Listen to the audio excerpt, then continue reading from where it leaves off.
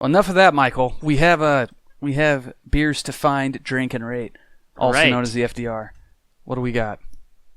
And this week, you say beers, Jeremy, but this week, Ha Lil Mandy wants a cider.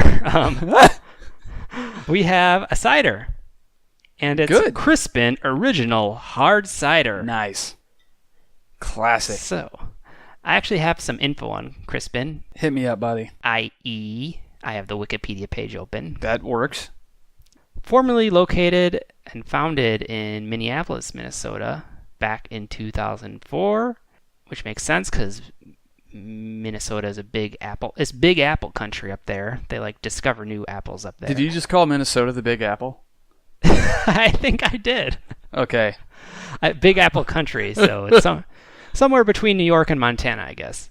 Now, Jeremy, I think we need to have a little button, and that sets off sirens and alarms in this studio. If we need to, we can get an app on our phones that have that dubstep horn that you hear DJs throwing.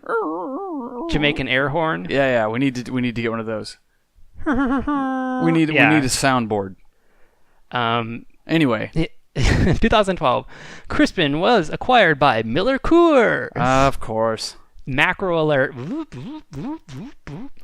But I guess they've kind of retained some of their cachet. Because they still seem to put out limited releases, artisanal reserves. I saw that.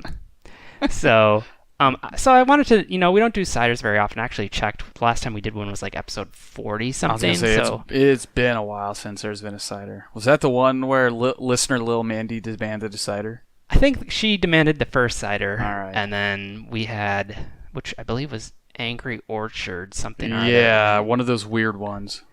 And then we had another we had Ace Cider after that, one of their ciders. So I wanted to, not knowing that much about cider, I found this Paste article on pastemagazine.com. All these articles. Written by Jim Vorel. Oh, okay. And this was 82 of the best hard ciders, blind tasted and ranked. So I thought, this might give us some context to our taste journey.